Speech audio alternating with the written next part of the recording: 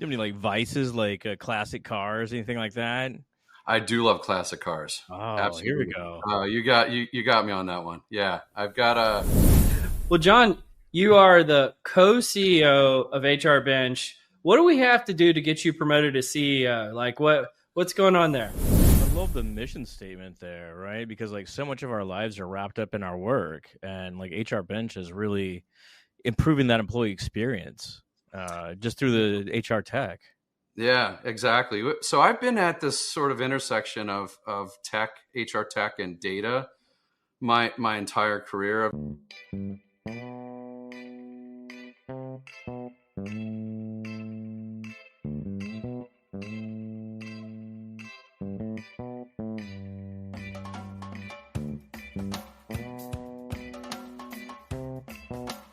Welcome to Directionally Correct, the People Analytics podcast with Cole and Scott, and today's guest, John Barry, co-CEO of HRBench as a part of our HR Tech Voices series.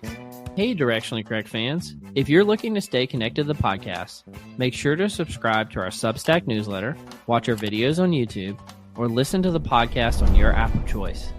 This podcast is dedicated to you to help educate and entertain you on how to effectively do people analytics. All opinions are our own and do not reflect those of any other organization. Great.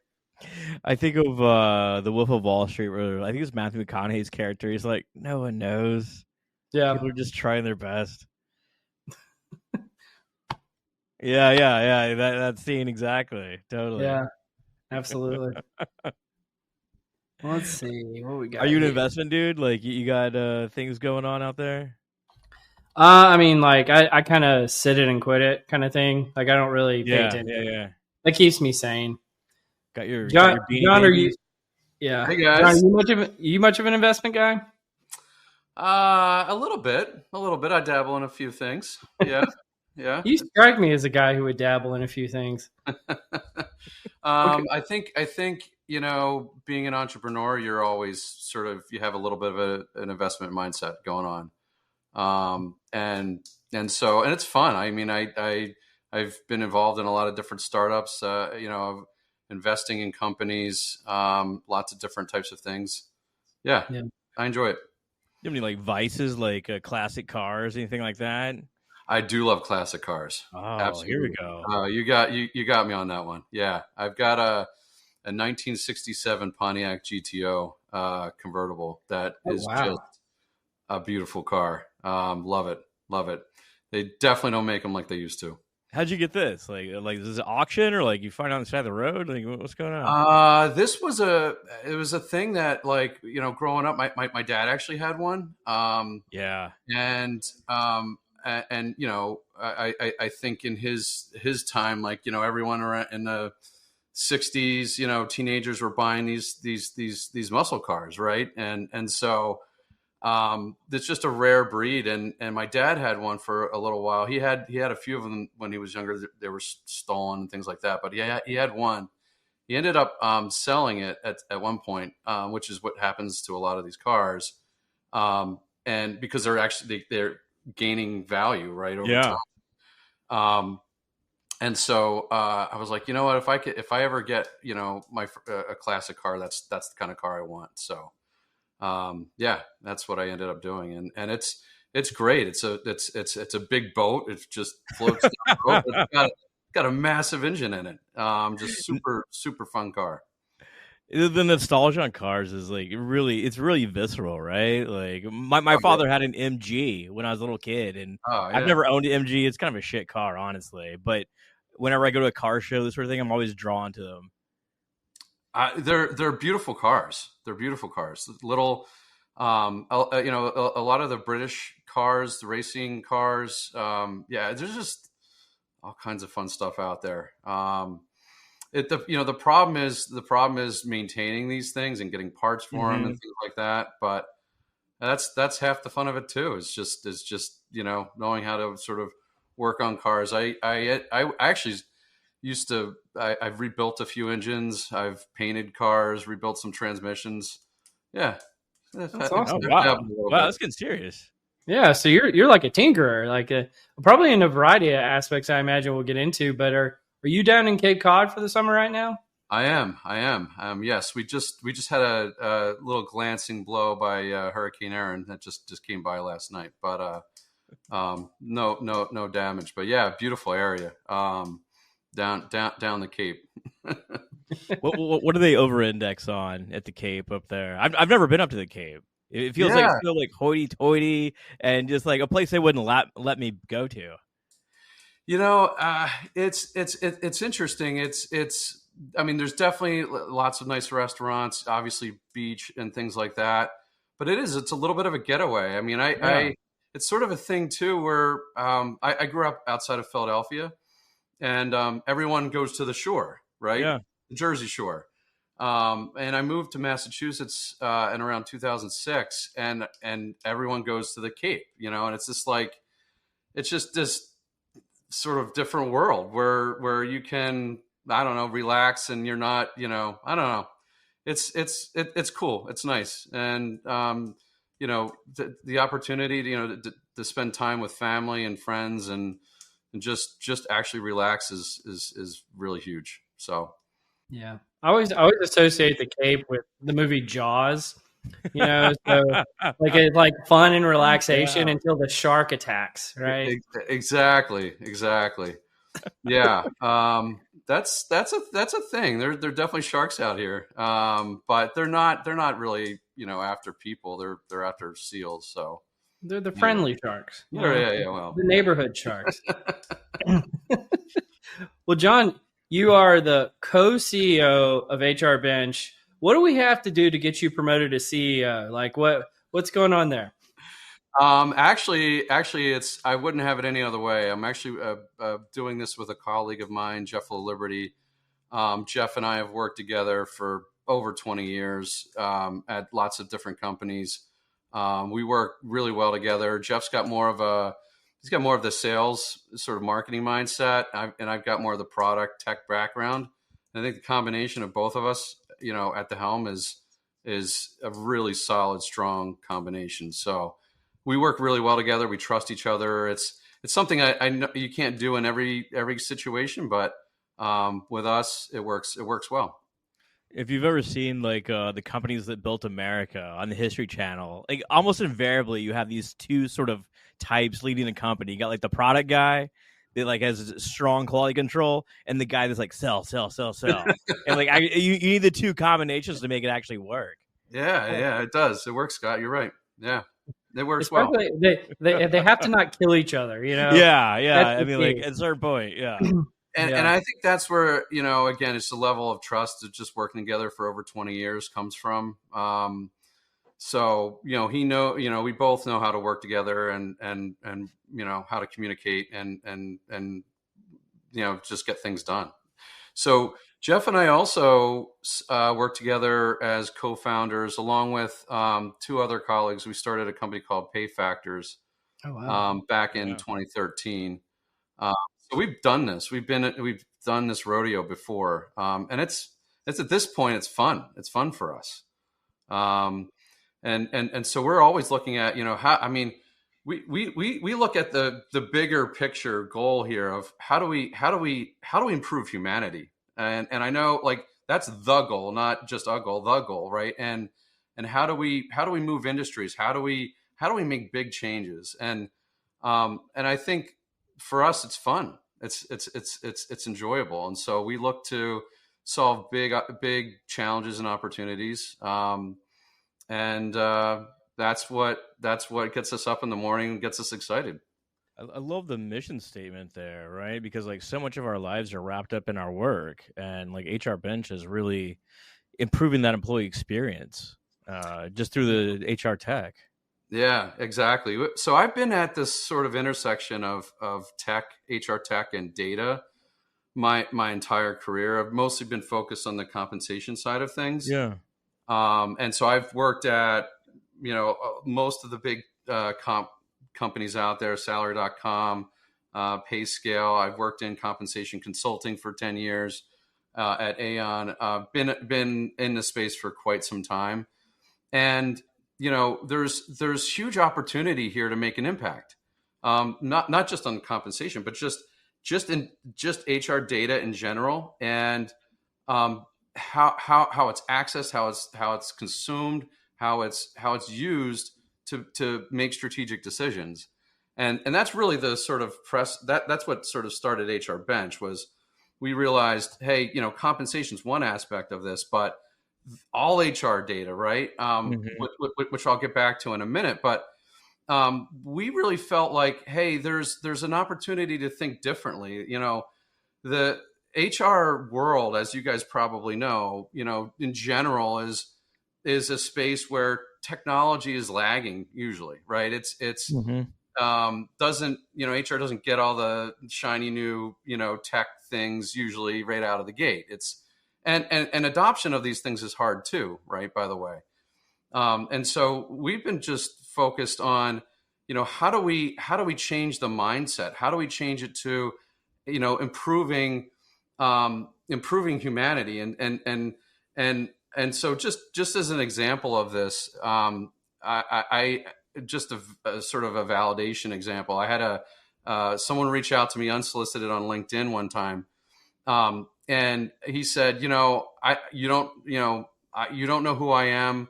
I work at this company, but we've never met, but I just wanted to let you know, our company just used your software to do a market pricing analysis and realized, I'm underpaid, and actually made a pay adjustment to adjust my pay to market. And just so I'm paycheck to paycheck, and this pay bump means the world to me and my family. And so, that is huge. It's making impact, amazing. Right? Yeah. I mean, so we've had the tools that I've built and designed around compensation have been used to help make pay decisions for millions of people. It's been used at over 10,000 companies. And so it's really humbling to see that kind of an impact. But that's what we're looking to do here as well at HRBench. And so we see the opportunity is, look, there's, at this point in time, still, it's mind blowing. I'm relatively new, I'll admit, to the people analytics space, right?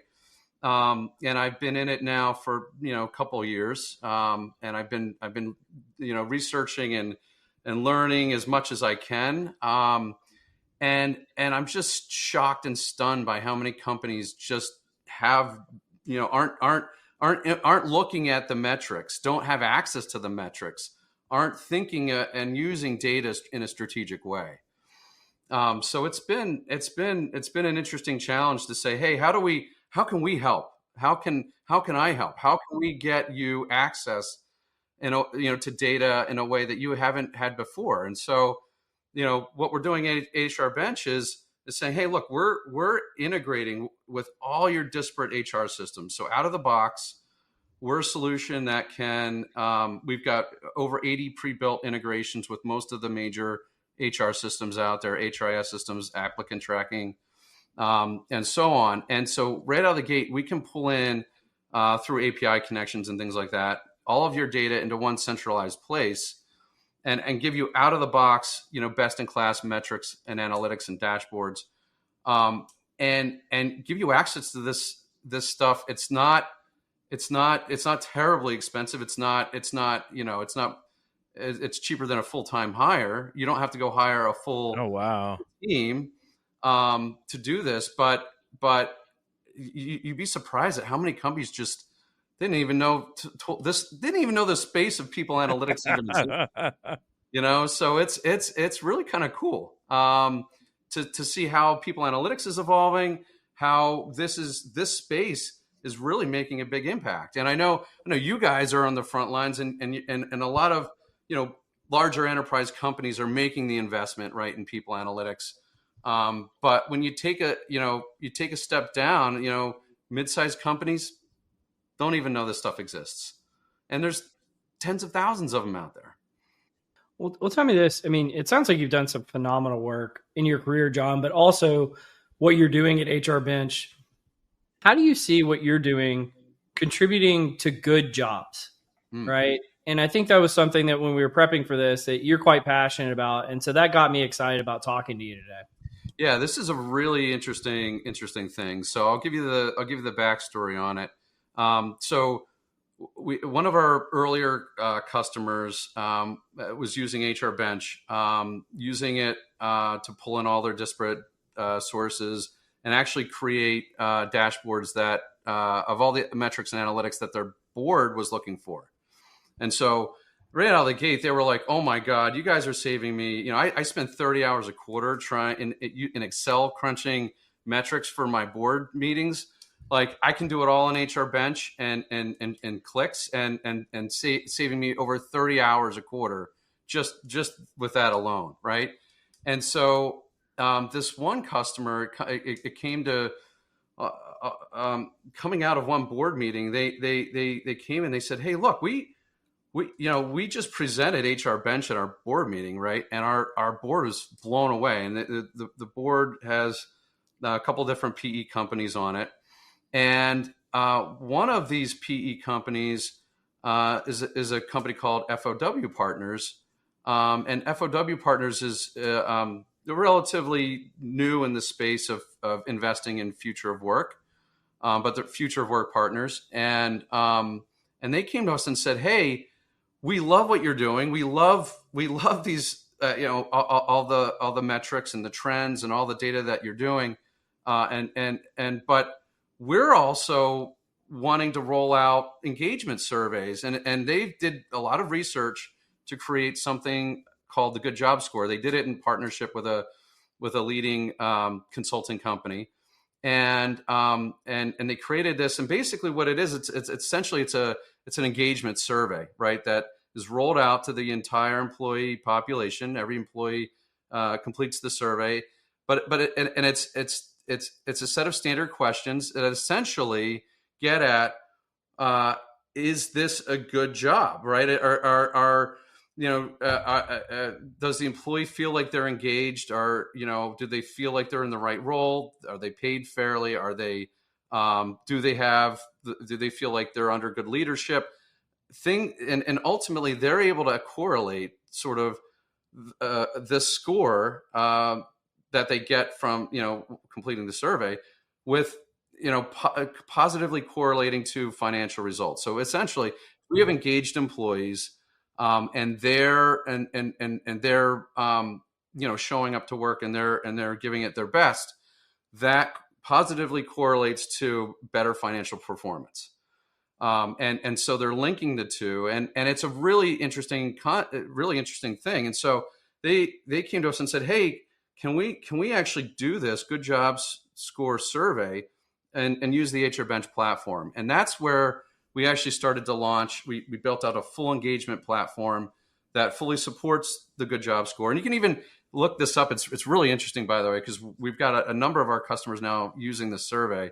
If you go to just goodjobscore.com, and you can learn a lot more about it. But it's really cool. They're also looking at, because it's sort of a set of standard questions. You can start to roll up and look at the results across, like in an aggregated result across companies. Yeah. To see, hey, is this we got a Good Job Score of 4.6, is that good, or bad? And then also, using a tool like HRBench, you can start to dig in and you can figure out, well, maybe we've got a better Good Job Score in our sales department, but our development department, it's much worse. So you can start to dig in and figure out, is this a manager issue? Is this an employee? What's going on there? And if we want to make a fix or make a change to it, that will likely positively impact our financial performance. So it's really cool stuff, and it got us so excited about this and what they're doing, that we actually worked with them to bring them on as an investor in HRBench.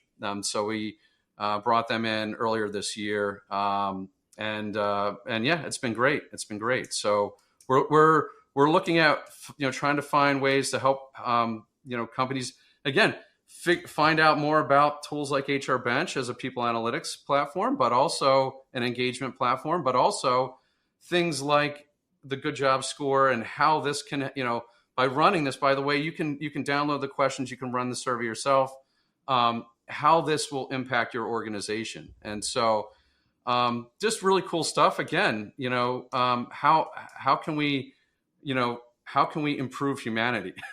and that's kind of the lens that we look at it through. That's amazing. You turn into like a one-stop shop, right? Especially for a company that their entire people analytics is an Excel database. Like your Excel sheet is not a database, but you turn into a one-stop shop. Exactly. You'd be shocked. I mean, by and large, Excel is the largest tool used in people analytics. You can do a lot with Excel, but it is not. It's not scalable, right? Oh, exactly. It's a database if you make it a database. That's for sure.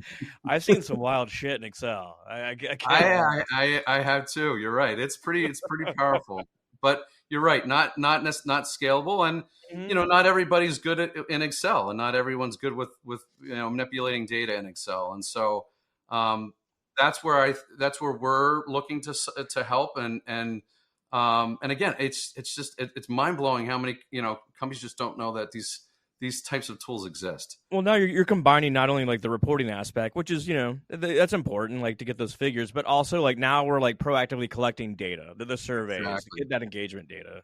Exactly, Scott. Yeah. One of the things I think is interesting, John, is you guys, because you're targeting the mid-market space, a lot of the folks have never adopted any kind of people analytics in the past. And it seems like you're almost creating somewhat of like a laggard's advantage, where if you waited long enough, you could just leapfrog everyone else by just adopting what's the latest technology. Is that like intentional on your part? So I think what we're not looking at trying to sort of be a laggard, so to speak.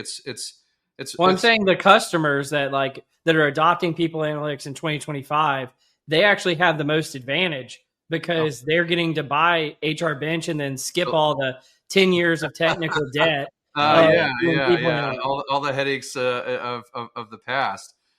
That's a real thing. That's a real thing. I think, again, companies that have been trying to do this, again, they're not doing it, most of them, because, they're not really good in Excel. They don't know how to extract all the data from these disparate systems and merge it all. It's difficult. It's time consuming. Many companies don't have access to a Power BI solution or Tableau and, $100,000, software license there.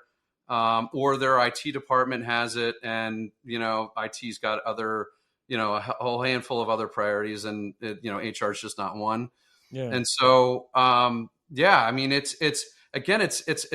an opportunity, and so we're never going to be a tool that is completely, very customizable.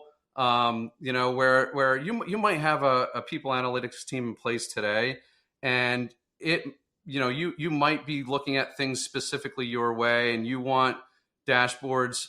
We can do a certain level of customization, but we're never going to be a tool where we're customizing the tool for one customer, right?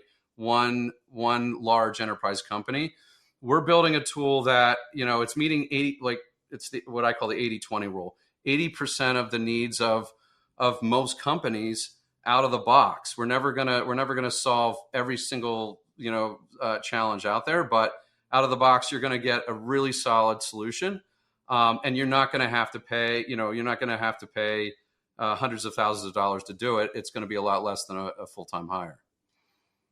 When should customers contact you? I'm sure there's a range of people that you're actually targeting, but what sort of customers, and at what point on their trajectory do they need HRBench? It's a really great question. So it's our target has sort of been evolving a little bit. So we started out by saying, really targeting mid-market companies. We have larger companies. We have some small businesses as well, but mostly targeting mid companies of 500 to 3,000 employees. And the challenge there is most of them, have been just doing this, like I said, manually in Excel, and they don't have a team, they don't have a full-time hire. So we've been able to come in and really help. What we're also finding, and this has been a kind of a unique thing, is as we started to realize the majority, 60% of our customers are PE backed. and 60% of our customers are trying to crunch these numbers, that their PE sponsors are looking for, and they're spending tons and tons of time doing it.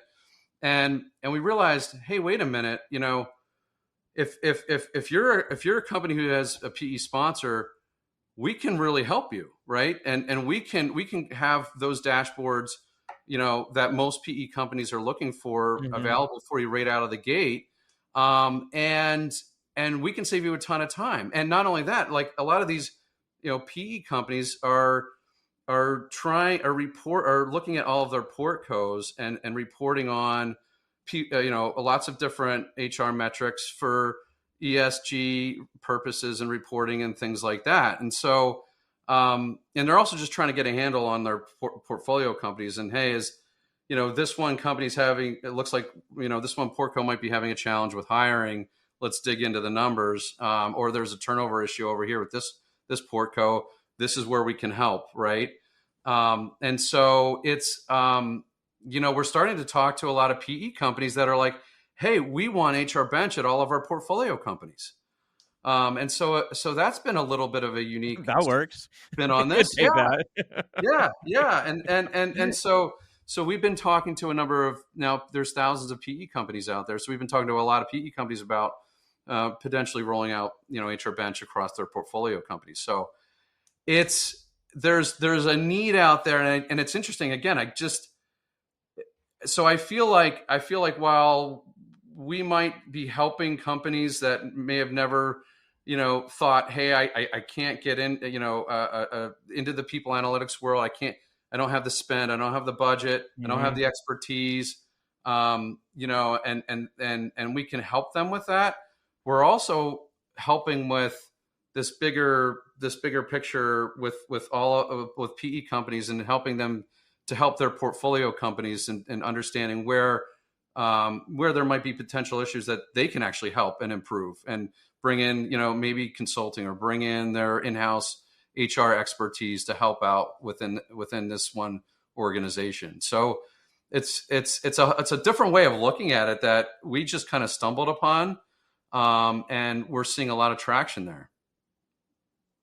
That's super exciting, and it sounds like, if you're a PE-backed company, probably the PE firm that is your investor, they probably have the same type of data they want from all of the companies that they invest in. And so if you can kind of provide a templatized version of that, that's like a super unlock, especially if it's low lift, low cost. I mean, that's amazing.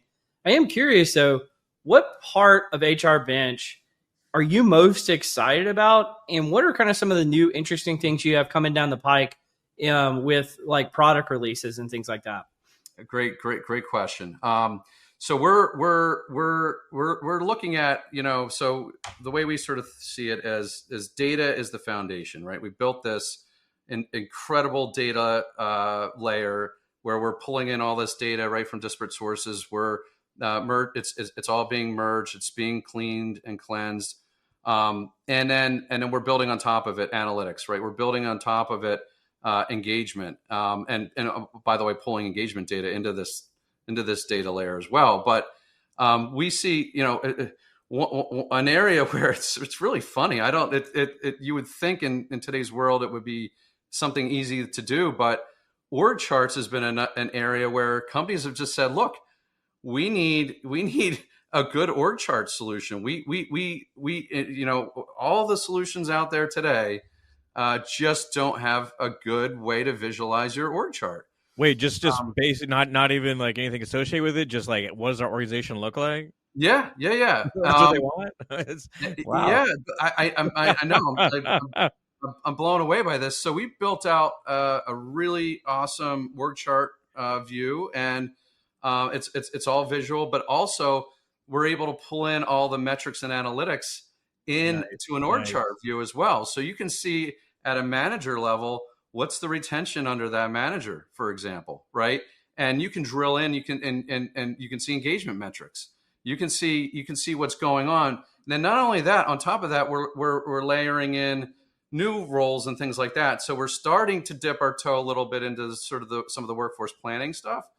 But we've got a long ways to go on that. I think there's a lot of opportunity there as well. The big thing I think is we're looking at how do we bringing AI into this whole mix, right? So I know you guys have talked. We could talk about AI for hours, right? But the big thing, the way we see it, it's not just bringing in a chat bot or something like that where you can get quick access to a report or a dashboard. And from a vendor standpoint, it's not, hey, how do we create an agent to reduce the need for an employee or bring in AI to help reduce the need to hire more, things like that. All that's real. We see it as, hey, we've got this immense data layer, and now we've got all this data, and all of this data is all in one place at one time that most companies have never really seen before. So how do we leverage that, and how do we use AI to sit on top of it to analyze the data and understand trends, get a sense of helping you to start to predict where things are going, and then take it to a whole nother level and model that. So like, hey, based on what we're seeing, what our data has looked like in the past, let's forecast forward, what do we need for headcount, right? And then let's say we're expecting, let's model out a scenario where we can take it to a whole higher level if we're bringing in external data, which is something we're looking to do as well, by the way, where we can say, hey, look, we're seeing, there's trends going on in the market. Amazon just raised, the minimum wage bar again, right? And we're gonna, and so we need to, let's model that out. How might that impact our organization? And these are some of the things we can plan around it to counteract it. So we see AI as being a strategic tool for leverage, and leveraging your data to really become, give you a whole arsenal of tools that you never had before to become more strategic. And again, our whole thing is about, elevating HR and helping HR to become more strategic. And we think doing that ultimately will help the workforce and ultimately improve humanity.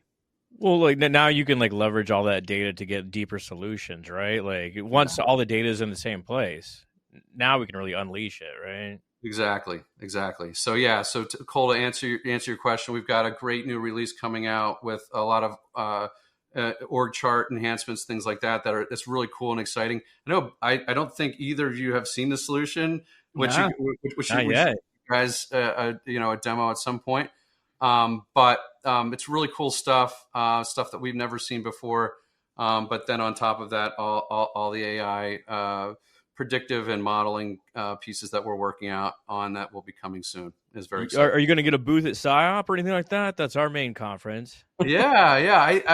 So it's fun. It's funny. I've been trying to figure out where should we go, right? I've run into Cole a few times at Transform and Unleash. Everyone runs into Cole. Yeah. That's true. Around. Cole, you're everywhere. It has a connotation, but I get around, So, now, John, I didn't believe you before this that you said that people analytics is a hobby of yours, but now hearing you talk about it, I actually think it's true. How did this become a hobby of yours? Yeah, again, it's back to the hey, look, I realized, back in the days of pay factors and whatnot and focusing on compensation, we couldn't even get the data. We'd be implementing companies and their data was in all kinds of disparate places. And it was just it took so much time to get just a company implemented and get all of their data into the system so that we could just do basic, market pricing. And so this still exists. Like I mentioned, this is still a real challenge. And so we started off by saying, hey, look, with HRBench, we want to solve that problem first. We want to integrate all the data across all your disparate HR systems, have it all in one place, giving you that leading edge. And that is fun for us. Like, it's a big, gnarly challenge that, not everybody, has been able to solve yet. So it's fun for us. And yeah, I it's something I get out of bed in the morning. I'm like, it's like a pinch me moment, every day. This is awesome. I love this job. That's fantastic. Well, I'm coming to realize, John, you're kind of like one of the godfathers of the HR technology community with, PayFactor, Salary.com, Aon, and now HRBench. So it's a thrill to have you on here. But do you want to join us and do some confusion matrix? Yeah, let's do it. The confusion matrix. All right, prepare to be confused. Indeed. So these are we'll do some random questions, and as always, like if Cole's the arbiter of truth here, like if he enjoys your answer, he'll make a social media tile that you can share with your friends and family. All right, this is very Cape Cod appropriate. Oh, jeez. Well, what's your opinion on Ouija boards? Wow, yeah, very Cape Cod appropriate. I think they're great. Okay. We all know that somebody's pushing it, right? Like we know it's not like magic. It's like you got to get one person who's the Confederate who actually knows where to push it. There's a word for that thing. Like it's like I can't remember what it's called, but there's a word for that little tile, whatever. Like it has like a magnifying glass or something on it, doesn't it? Yeah. I haven't. Yeah. I'll be 100% honest with you guys. I've never really done it. I've seen it. Have done. You've never experienced Cape Cod until you've done it. I got to tell you. All right. I got to do it. Try to talk to the guy that supposedly died in 1600, something like that. Yeah, right. There was a 90s movie, or maybe like late 80s, based on the Ouija board, and all the things you'd expect to happen happened. Isn't like Jumanji one of those movies? That's very close. Yeah. I think so. This is an embarrassing story. I actually had a nightmare from Jumanji when I was a child, and my siblings always made fun of me about it. They'll probably still make fun of me about it till this day if they just remembered. In fairness, that's a creepy movie. That's a scary movie for a kid. It is. Yeah. All right. Well, what's worse, feeling sticky or feeling oily? Ooh. I I would rather feel oily. I like the slippery stuff. Yeah. I don't like to be stuck to something. I like to just slide along and be slippery. I'm so opposite of that. Oily is like the worst. It's like you feel feel like you're gonna get like teenage acne again. Like it's just like I can't deal with this. Like I wash my hands like 20 times a day, so I don't have to deal with the oiliness. Well, the good news is you get both worlds wrenching on cars, right? There's I have literally had an entire transmission spill all automatic transmission fluid all over me, and in my hair and everything, all over my face. Yeah, it's not a fun experience. Definitely hard to clean and shower after that. Yeah, even a shower that's got to be. Don't you have to use like a special kind of soap to get oil to come off? Like lava soap. Yeah, there's soap that like mechanics use. It's a little more gritty. It's to get all the grease and grime off. Yeah, it's got like sand in it or something. Yeah. Can you lucid dream? Ooh. Can you lose a dream? No, lucid dream. Like lucid dream. Control your dreams. Understand that you're in a dream. I had a dream last night, actually. Oh, we want to hear about it. It was related to this. Actually, we were talking, and on this podcast, I actually had a dream about it. And all of a sudden, Cole, you got up and walked out. And all of a sudden, you walked into my room, and I'm like, how did this happen? And you were telling me that I had marshmallow all over my face. Sticky. Yeah, sticky. There you go. It's all happening. And I'm like, what? I'm like, oh, my kids must have had some filter on my computer or something, like, you know, and this weird filter, and I am on the podcast here having marshmallow all over my face. So I wish we were a higher budget podcast so I could get up and walk into your room right now and be like, see, it wasn't a dream. Ha ha. That would be pretty cool. You can transport anywhere in the world in a second. Yeah, that'd be awesome. Oh, man. Wow. Yeah, I don't, it's dreams for me are just, things that I realize after the fact, and I'm like, wait, what the hell was that a dream? Was that reality, or what just happened? So I don't really feel like I know when I'm in a dream or can control it. It just happens. Yeah, once you become aware, like it seems like I wake up. I wake up. I'll turn to a personal experience. I think I've had this thing happen. I don't know if it's technically lucid dreaming, but I've had this thing where I dream, like in your dream, like somebody might be like about to like murder you, or you're about to get in a fight or something. And as I've gotten older, I'm just like, I don't feel like fighting. And so like in my dream, I'm just like, I don't want to. And then the dream changes directions. And I'm like, oh, this is nice. This is a cool thing. Do you ever then wake up and like, you're like, wow, I wish I would have known that was a dream. Then I would have done something totally different. Oh, yeah. Like I would have beat this person up, or I would have done something totally different that I normally would never do. Yeah. Being able to lucid dream would be like one of the greatest skills, superpowers, however you want to describe it. I think you've told me, maybe this was somebody else. I think it was you, Scott, though. Didn't you say at one point you have to like hold something in your hand, and then when it falls out of your hand, when you fall asleep, it'll remind you that you're lucid dreaming, and then that's how you can do it? No. It's oh my God. I'm going to get the story wrong, but he was some inventor in, we'll call it the 1700s, 1800s, and he would hold like a marble in his hand over a tray, and right when he was about to fall asleep, he would it would drop, fall out of his hand, and he would go right down his thoughts at that point.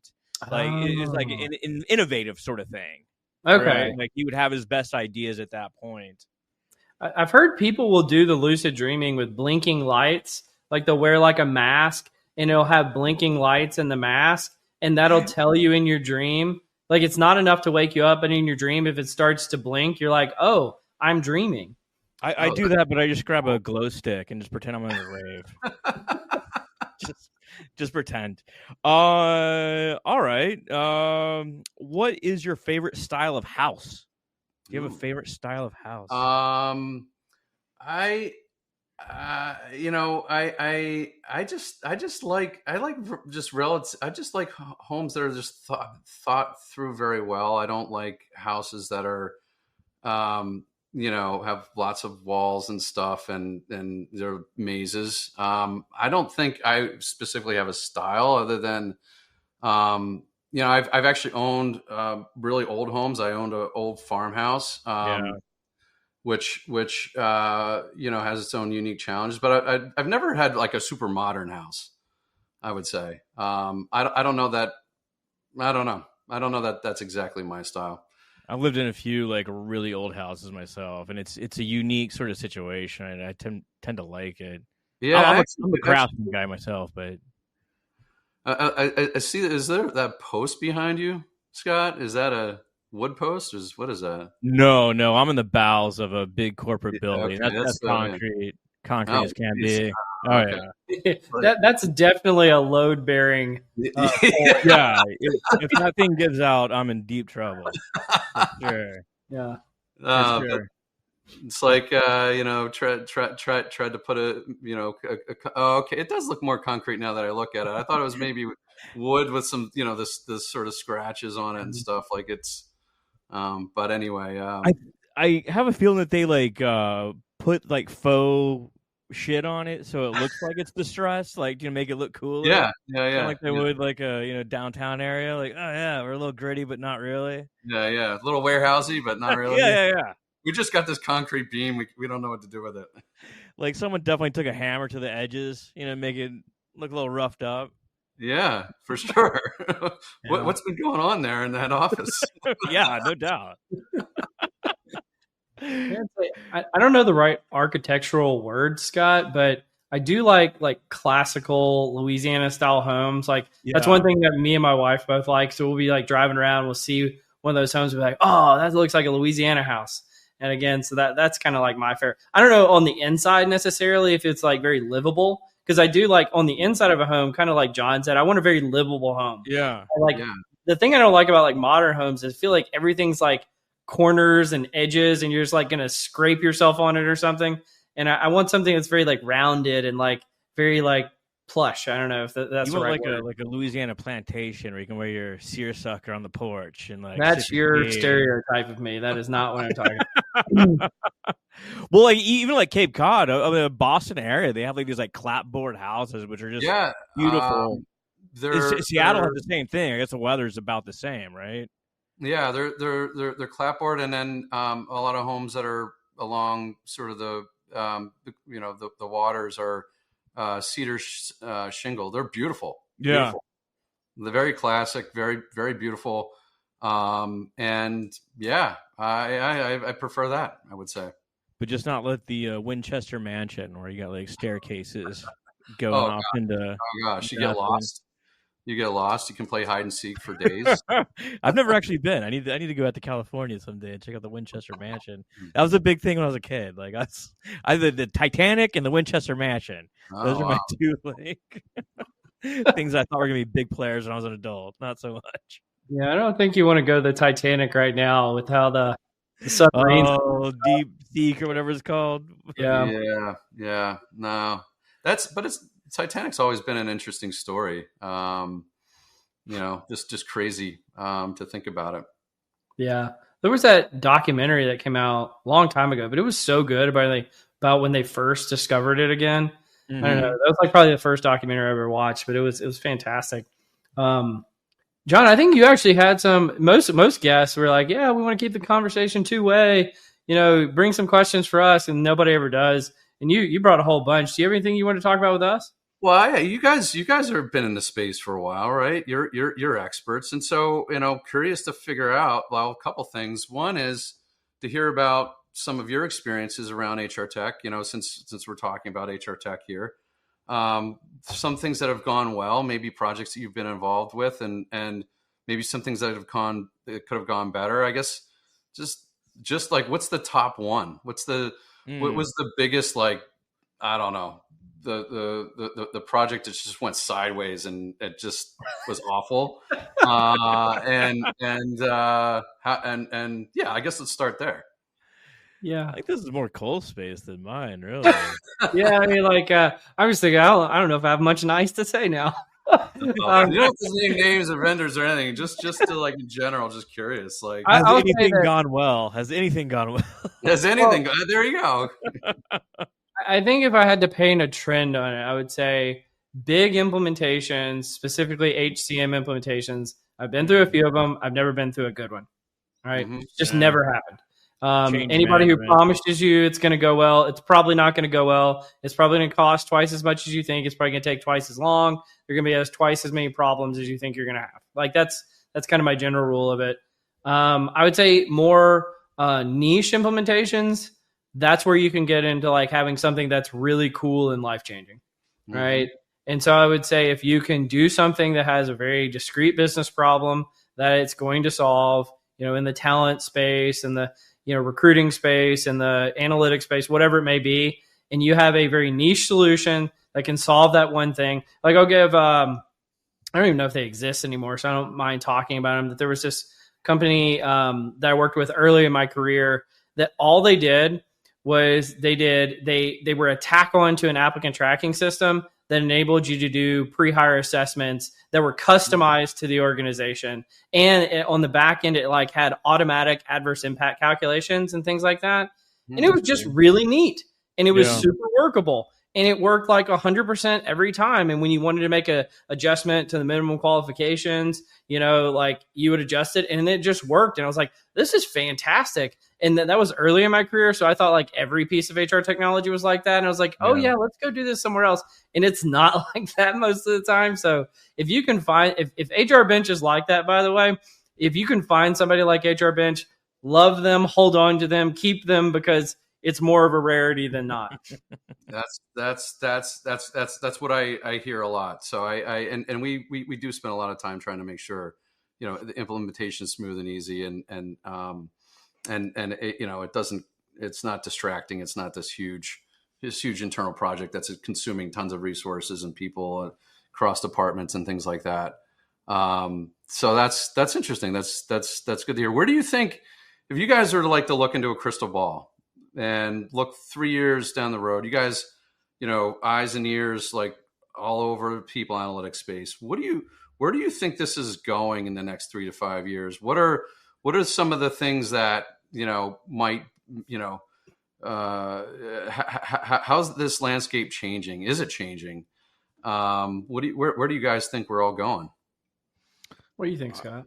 Yeah, I don't know about like the specific technology, but like the services that I think are on the horizon that are providing the most value is something around like automated near real-time job analysis, just because it hits so many different aspects, from hiring people, recruiting them, selection, performance, compensation.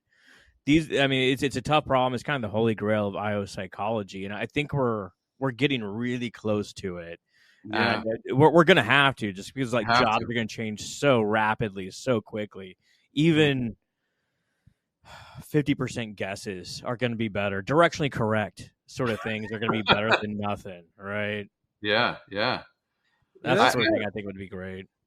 That's kind of a riff I've been on lately, kind of post my book coming out, where I talk a lot about what the next few years look like, but very specifically, like, what about like the next 6 months to a year? Where should I be incrementally investing my time? Mm-hmm. And if it's not in people analytics, I think it's in like a lot of these transformation efforts. Like, I think people analytics leaders are the best equipped people in organizations to be leading these AI transformations. A lot 100%. Of times, like, you just stick a traditional OD person in there, maybe a traditional like change management person, and they may be good at change, but they like this fundamental phase shift in technology is very different, and most people in HR are not prepared for it. Like, we haven't really talked about it on the podcast, but famously Moderna combined their IT team and their HR team, which basically means IT took over HR. And that's a very bold message to say that, technology is going to lead the way of the future of HR. And I think the most technology native functions that are ready for AI is people analytics. And so I think like if that's where I think, if you are getting tired of building dashboards or getting tired of pulling reports or whatever, go try to be the person who puts their hand up to lead this type of transformation, and maybe partner with a change person or something like that if you don't have the skills yourself, because I think that's where the field is going. That's really cool. I couldn't agree more. I was listening to the podcast you guys had with Ross Sparkman, and everything around, you have to understand where you're at today. You have to have the job analysis, Scott, like you mentioned, and understand the assets that you have, and then you can start to figure out, where can we bring AI into the mix? How can we improve, this? Where can we put workflows in place? And I think a lot of companies are struggling with this right now. I think they're, it's like, and maybe we'll get into this with one of the articles too, but, there's just the, AI, it's here, it's changing, it's happening fast. Yeah. You don't want to be left behind, but at the same time, everyone's still trying to figure out, well, where are we going with it? What do I do? How do I do it? I don't know what do I need? And so it's this, struggle and dichotomy about. John, I have to ask, when you were listening to the episode with Ross Sparkman, did you have marshmallows all over your face? Maybe that's what happened. Maybe I was eating marshmallows while I was watching. That's you know what? That must have been it. Definitely, Cole. Definitely. All right. Well, why don't we do some nerdery? You down for some nerdery, Scott? Yeah. The nerdery. I mean, like, you just brought it up, John. Like, there's a lot of anxiety around AI. Like, how much anxiety do you have about the future here? I look at it, I think, a little bit differently. I think I look at it from the perspective of like, where's the opportunity? But I think for most people, I mean, I'm talking to lots of HR folks all the time, and it's HR again, typically is a laggard in adopting new technologies. And so AI, and people are like, oh my God, I don't like change. I don't want change. I just want to do what I've been doing. Why do I have to, but at the same time, they're concerned around, well, hey, this is moving so fast. If I don't get on board with AI, then am I out of a job? Am I, do I, what happens? And so I think there's a lot of anxiety around it. I really do. And I just don't, I think that there's just a lot of unknown about what should I be doing? What should I be doing today? Should I be doing anything? And yeah, I think there's a lot of questions, it's just swirling around in folks' heads right now around AI. I think the correct answer is I don't know, because there's no scale. There's no AI anxiety scale until now. Breaking news. Yeah. So these folks, I think they're in Thailand. They developed a AI anxiety scale, starting out with 59 items related to AI anxiety, robot anxiety, and computer anxiety. And they whittled that down to 21 items across 4 dimensions: learning anxiety, job replacement anxiety, which I think that's a big one for a lot of folks, and socio-technical blindness anxiety. I guess it's just like not understanding what's going on with the AI, and AI configuration anxiety. They had a really high coefficient alpha, suggesting they can probably reduce that from 21 items. But this is a big thing. As we're moving forward, and AI starts creeping into more and more of our jobs, right? Yeah, I think the thing that was surprising to me about this one, Scott, because you got the 4 areas. You got the learning, AI configuration, job replacement, and socio-technical bias or blindness. I thought the biggest one would be the job replacement. Yeah. If you actually look at the scale, it was all the learning changes that they had they dug into the most. And so I thought that was interesting. And I honestly, maybe I'm just not close enough to it, but like AI configuration, I didn't really think about like how it's configured really being something that's going to give me anxiety about. Unless AI starts to be configured with like razor blades and, circular saws and it's coming after us like a monster. I didn't really think about its configuration being something that gives me anxiety, but I don't know, John, what do you think about this one? I think it's deeper, right? Specifically in HR, because I think with implementing AI, there's lots of things to worrying about data security, privacy. Does IT need to get involved? There's just so much to it, and still not a lot of examples of where people have done it and done it well, and we're all learning, and it's all changing. Like every 6 months, AI is changing. New versions are coming out that can do different things, and I think everyone's just like, I think it's just overwhelming, and so I think it sounds right. I got burned at SIOP several years ago by having essentially a scale developed exactly this way with 60 items and whittled it down to like 12 or 15. And like one of the reviewers commented like, "Why'd you start with so many items? Like this is what you do, man. I just want to start with a bunch of them." Anyway, so I have like a visceral reaction. Sounds like you've gotten over it, Scott. Yeah. I got rejected for a fucking poster. Like, really? Just let me stand next to my poster. John, you may not realize posters are like Scott's life. Like this is his lifeblood. He loves going to watch him. He submitted them. Oh yeah. I'm never ever going to do a poster again. But I do make posters. Do you make posters? Are you? No. I enjoy looking at other people's posters. Yeah. Like at PsyOp, that's where I hang out. The poster people. Those are his people, man. Very cool. But, just think about we make fun of like quote unquote boomers because they don't change, this sort of thing. Yeah. Well, that same thing is coming down to Gen Z, like where change is about to happen super quick, and you're not gonna like it. It's like once you get used to something, it's gonna change. I think that's the real anxiety. Yeah, change is the only constant. Yeah, exactly. I love it. Well, let me hit you with the next one we've got. It's about perfectionism. And so this was from a recent journal article in the Journal of Occupational and Business Psychology. I think I may be messing that up, but it's about a meta-analysis of perfectionism and work performance. And so they break down perfectionism into two categories: perfectionistic striving, which is the tendency to set high personal standards, and perfectionistic concerns, which is the tendency towards being self-critical and evaluating yourself on being perfectionistic. And what they wanted to know is perfectionism correlated with the number of hours that someone works? Presumably, because if you're perfectionistic, you're working more to try to, meet your own standards. And then is it related to work performance? And what they found is that, perfectionism was related to more hours worked on average, and that it was also related a little bit to work performance, which is interesting. But one of the things that they talk about in terms of the practical implications is there's a point of diminishing returns in here where you're actually working way more hours to get slightly better job performance. So that maybe that especially the part of it, the perfectionistic concerns is actually what's driving people to have to, that maybe the juice isn't worth the squeeze, or the trade-off isn't there for how this is playing out. But what did you guys think about this article?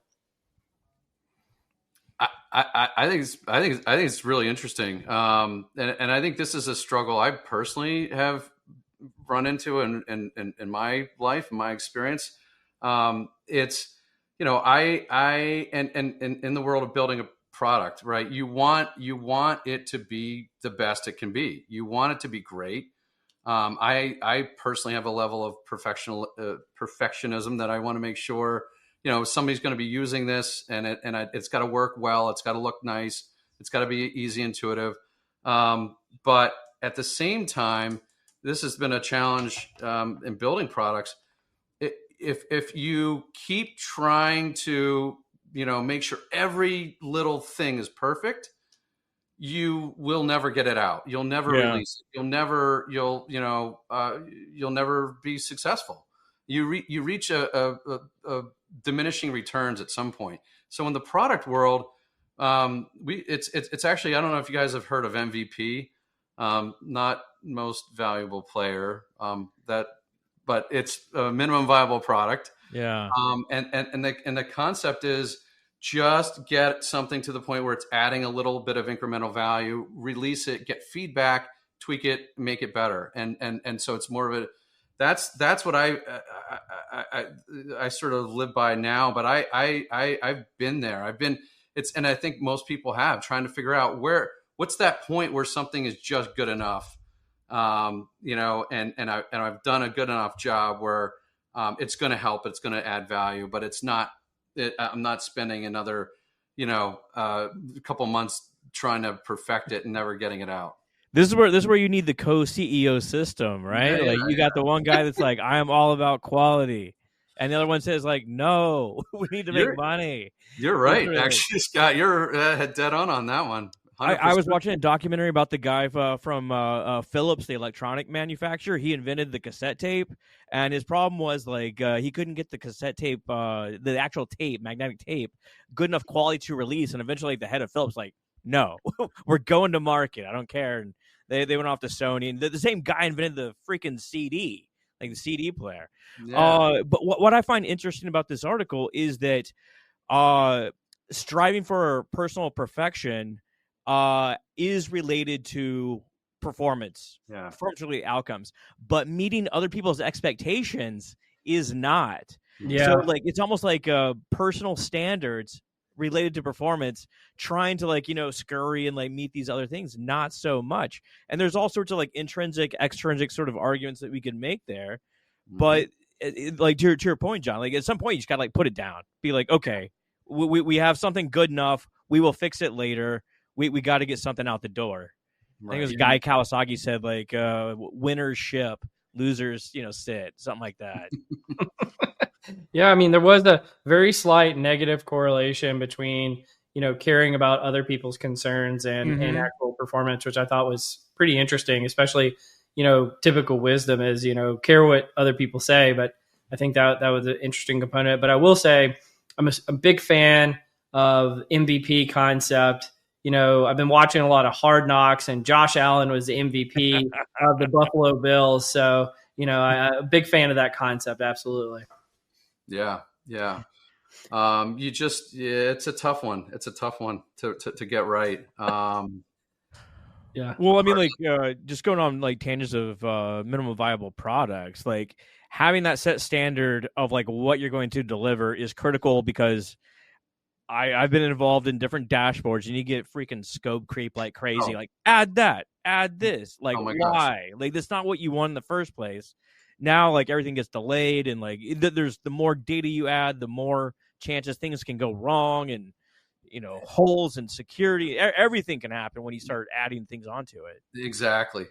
Scope creep's one of the worst things. And if you get too many cooks in the kitchen, oh my god, when building something, it's really difficult. And it's not going to be perfect, but it's going to be good enough. Yeah. Well, let's do the last one. And so one of the biggest, not complaints, but if I get feedback from more junior people who listen to the podcast, it's give us more advice about how to be successful in our careers. And so there was recently this post from the Wall Street Journal about the secret to getting promoted quickly at a new job. This could go for new jobs anywhere, not just for junior people, but this corresponds very closely with some advice I give junior people. And so it really is three things. Seek complexity early. Ask for assignments that push beyond your comfort zone. Number two is deliver results visibly. Aim for impact that is measurable and acknowledged by leadership. And then frame progress strategically. Document and communicate key achievements aligned with business objectives. I've got some thoughts on this one, but I want to open up to you guys. What did you think about this article and the advice for giving people?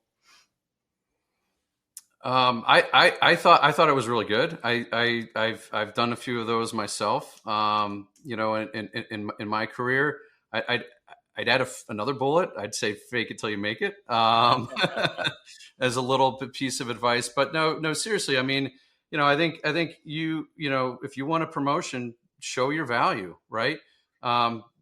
Make sure it's visible, and actually have an impact. And I think that all goes a long way to getting a promotion.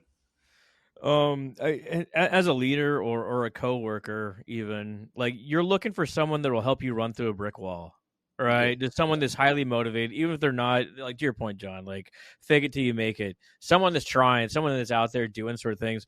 And there's arguments to be made around, cognitive ability and taking on more complex tasks and showing you can do those sort of things. But yes, and then you align it to actual things, actual strategy that the business wants. Oh my God, you got the entire pie now, right? Exactly. I think the challenge is you want to do it in a way where you're helping, you're being seen as someone who's smart, who's valuable to the company. You're adding value, but you don't want to the difficulty comes into play when you got politics going on and things like that, and you got to do it in such a way that you don't want to throw someone under the bus or whatever, and so there's a little more to it, but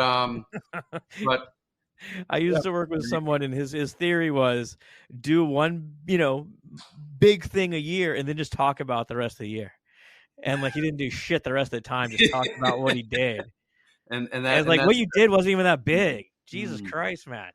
Yeah. That's the opposite of fake it till you make it. That's make it and then fake it. Make it, then just ride the coattails for the rest of the year. That's awesome. Well, I say I'll build on a few things that you guys have said. My advice to early career people, if they want to get promoted, was always three things. And this Wall Street Journal talks about two of them. It's do good work, right? So you've got to be excelling in performance of your job. The important people have to see it, so it has to be visible, like you were saying.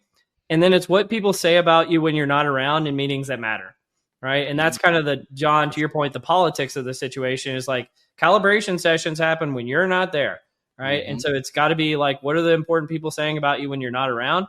And then the last, I would say, this kind of gets to the third bullet point that they were talking about, is I would say the number one skill if you're early in your career in people analytics is you have to develop business acumen. So you have to show how the work that you're doing is tied to business results. And I think if you're doing those things, so again, the table stakes of it's going to be going really well. but it's kind of you have to be able to control all those variables, and some of those are more difficult to control than others. And so, do what Scott's friend did, which is just do something awesome and then talk about it. Sage advice from Cole. And if none of that works, just leave. Go somewhere else. All right. Well, John, you've been a fantastic guest today, and I really enjoyed learning about what you guys are doing at HRBench. I think that the co-CEO concept, excellent concept. It seems like we've debunked that, so that's amazing. But before I give you the final words, Scott, any parting words for John? John, Cole and I will exit stage left and come join you in the Cape in the GTO. All right, let's go cruising. Little do you know, I'm in the other room, John. I'm about to enter. Whoa, there he is. No more marshmallows for me, though. No more marshmallows. Well, this has been a fantastic episode. Thank you so much for joining us, John. You've been listening to Directionally Correct, the People Analytics podcast with Cole and Scott. And today's guest, John Barry, CEO of HRBench, is a part of our HR Tech Voices series. Thanks for joining us, John. Thanks for having me, guys. Appreciate it.